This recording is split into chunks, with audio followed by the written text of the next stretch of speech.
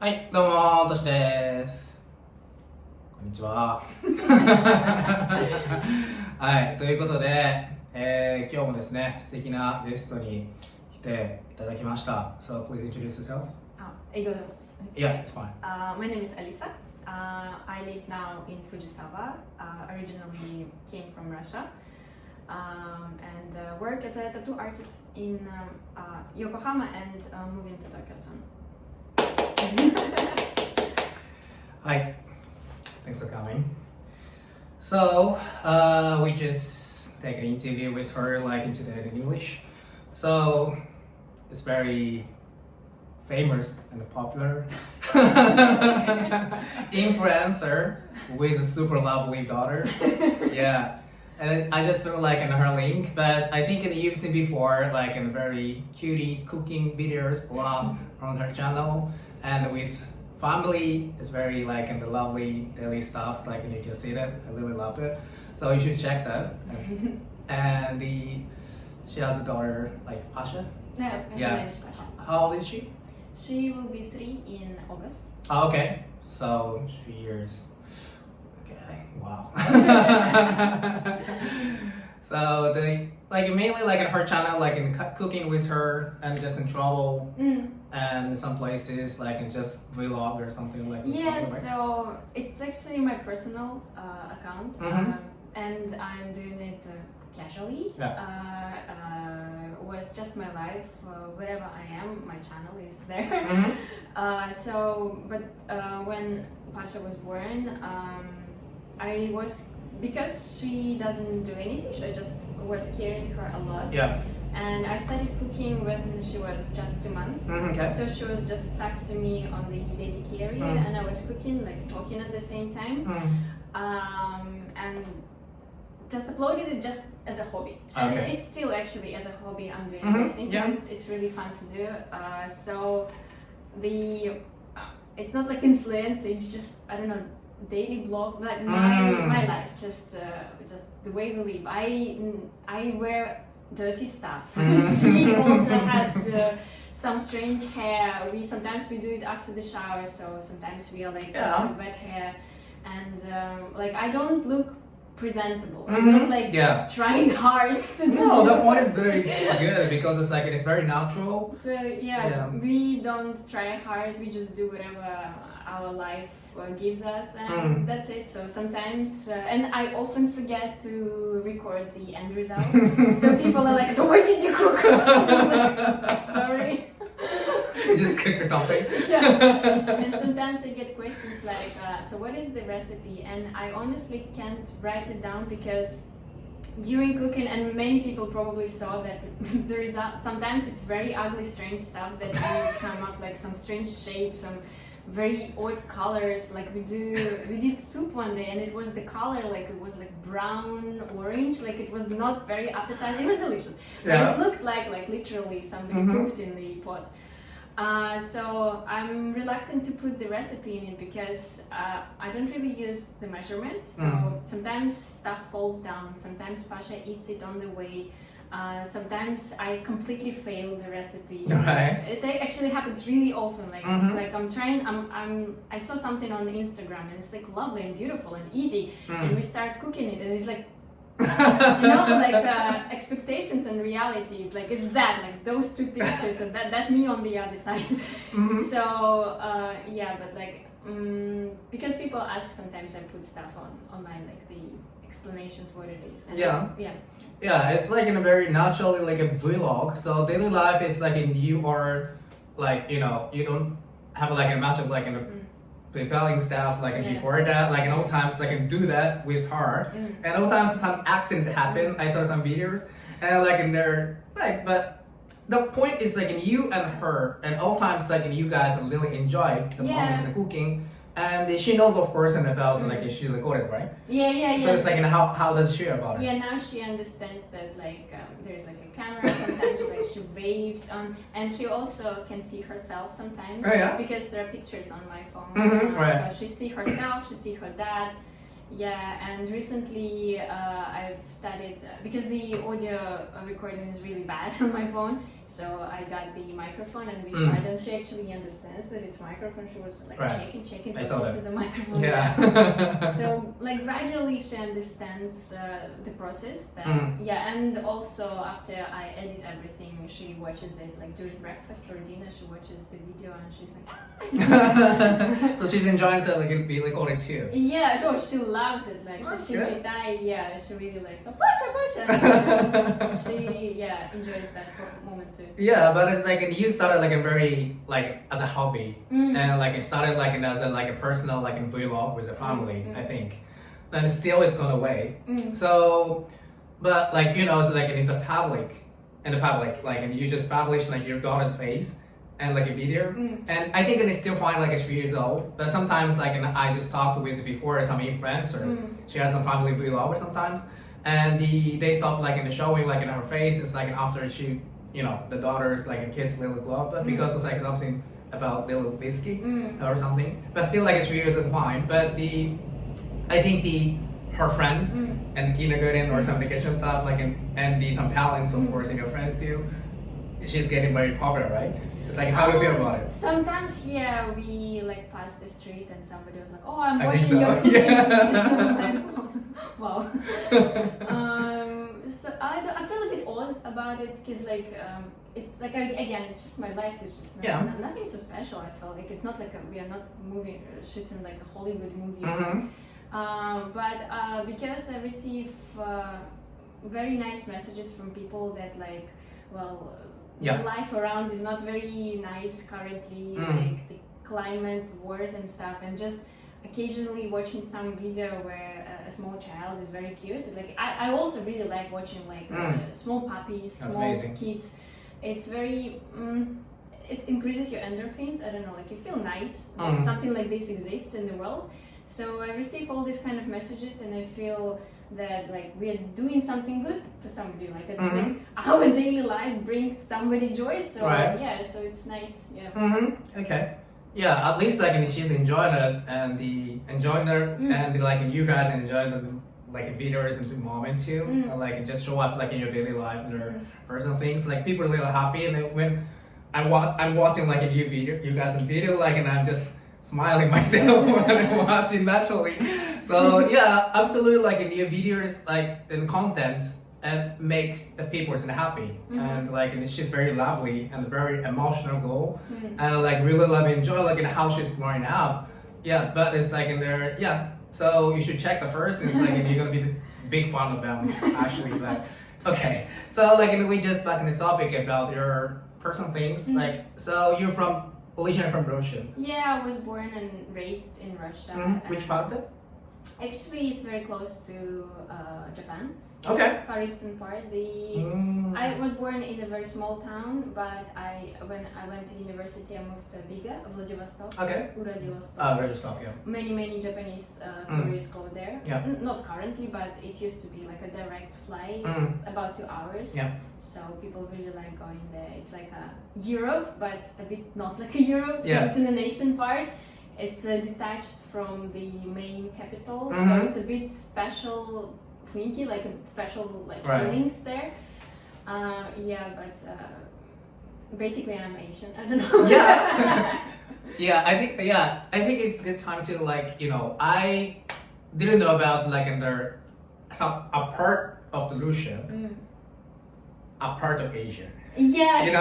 So people just always struggle like in the Russia and the Europe, or like.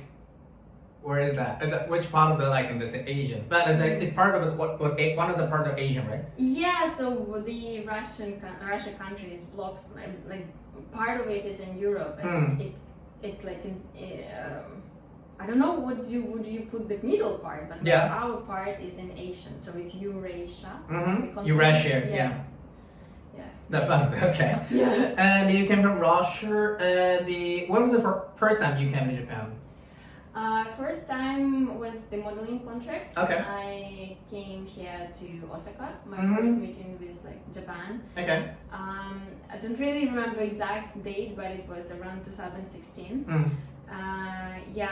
By that time I used to travel around Asian countries for a year, and I used to live in Thailand. Okay. So I received the contract to work in Japan, and because my rent in Thailand and also my living situation in Thailand was changing, I decided to take this opportunity. Okay. So it was my first time coming here. Right. And I think you came like once per year, like sometimes right? Yeah, as a model you have a limited amount of time you can spend. Okay. Like with my passport, and maybe other nationalities can have a longer stay, but like with my passport, maximum stay I could get like 6 months.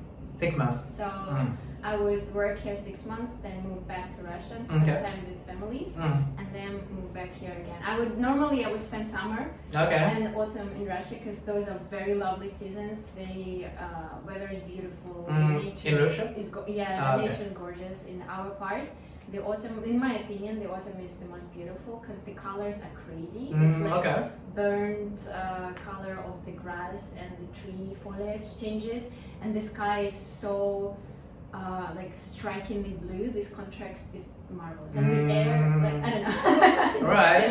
I never been Russian, but and I have some friends, and actually my ex was Russian, and I saw some pictures, of course, in a huge country, so it's hard to some different parts of what they have, but it's I just imagine some part of Russia is really beautiful, and the Japanese people just imagine about Russia, it's cold. Yeah, I know. That's the famous thing, like cold vodka, bears. Always. Yeah, but it depends on the place. In our part of Russia, the summertime could get really hot, 30, 35. 35 degrees, right? Yes, it can get really hot, and especially because it's a ocean. There's sea around. Japanese Sea is around the city, so it's always humid and always breezy. Wow. So it's very hard during summertime. I've never known. The humidity is insane. Yes, Right, because I used to Brazil. I used to live in Brazil, and I just came back in December. And when I lived in Brazil, in Japanese people always ask me oh, Brazil, it's too hot every time, it's super hot, and always in a whole year you have in the summer. No, in the south, in São Paulo, and just in this very in the winter, along for 5 degrees. Sometimes in the southest, even you don't know, right? It's in the southest part, and sometimes we have snowing as well in Brazil. Cool. So it's and we just imagine about in South America, Latinas. And Brazil, always carnival and hot, and always just in the beach side. In the north part, always it's really hot. It's after the middle, but it's in the south. It's getting super cold. And São Paulo is the biggest capital, not even the capital, biggest city. But it's sometimes in winter it's super cold too. So it's, no, we have a winter too. It's kind of in the image. The gaps is in everywhere. Big countries. Okay, so it's 6 months and you stay in Japan, back to how many years did you have a kind of the life routines? It was until 2019. In 2019, I arrived to Japan, and then coronavirus happened. And eventually I got kind of stuck here. And I couldn't move anywhere else. I actually planned to go Canada when it was 2019, but because of these traveling bans, I had to postpone until I was just gave up. Okay, I'll just move with the flow, and eventually just stuck here. All right. So it's just fate. The one is in hope for good fate. But the result is my baby. Well, sure. Okay, but so you just started to live here, and how long you been living here? Completely living here, and how long so far? It's after COVID, right? Yeah, after COVID, so it's 6 years now. 6 years now. Okay, and you got a family, and you got a baby. Okay, so just asking always in the interviews, where was in there? No, I mean, what was the biggest shock or some biggest cultural differences when you came here in Japan? It doesn't matter about after you living here, before you just came here the first time. What kind of thing can you shocked in some cultural differences in That's an old country in Japan? Yeah, in my case, it's almost no shock. Oh, okay, fine. Because I've been traveling throughout Asia, and like I came to Japan right after living in India and living in Thailand. So those countries were shocking. Yeah, it's much different. But coming to Japan, I felt, first of all, I felt immediately like, that's it. That's mine. I feel it. This place belongs to me. Or I belong to this That's place. really good. I feel so at ease and peaceful when I was in Japan the first time. But maybe what shocked me is just the level of politeness around from strangers, like from like people you don't know. Everyone's just like protect manners. Like everyone behaves in a way that makes you feel comfortable. Like nobody's like pushing on, like I don't know, like there was no time where I felt like, oh, I don't like being right now here. Like I felt every way it was like I'm fine, I'm okay. Yeah. Maybe shock is also like that. If I want to go to toilet, it's like everywhere. Yeah. Meaning like the public toilets are like easy and clean, easy, and not a problem. Yeah. Okay. So it wasn't like any like a big shock or some bad like impression. Honestly, throughout even all my life in Japan, I never had like bad experiences. Maybe I'm just lucky. Because I heard a lot of stuff about like a racism, like not very bad racism, but like attitude toward foreigners as like not very nice.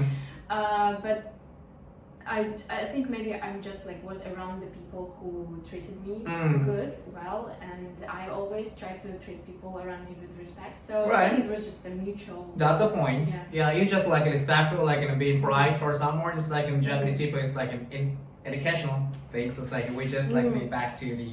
I would say what shocked me once, but it wasn't. I think a Japanese problem. It was because of just give me please. I think it was coronavirus problem. Okay, fine. During all this crazy situation with coronavirus, at some point I got fever and like throat ache. Right. But at that time we still didn't have like easy tests. Okay. So I went. So we booked me an appointment to the doctor. Okay. And the doctor met me outside of the hospital, wearing like he was wearing everything around him. Yeah. And he didn't even, I think he gave me just like a fever prescription medicine. And when I gave him the money, he gave me the bag to put in the bag, and I had to put the money in, and I felt like, no, it's not about for like in the Japanese stuff and the culture stuff, like for it's because of the situation of that. People just always just like that. At that time everyone was freaking out, but like it was the only shock I had in Japan. That's it. It's not a problem from Japan. I think like some of but it's like we're and the Japanese people like kind of really sensitive. Like the mindset we have now, something happens, so that we care, protective of a lot of things, like and always very sensitive. I feel like sometimes too much. But the case is like the part of Japanese like personality stuff. I think. Okay.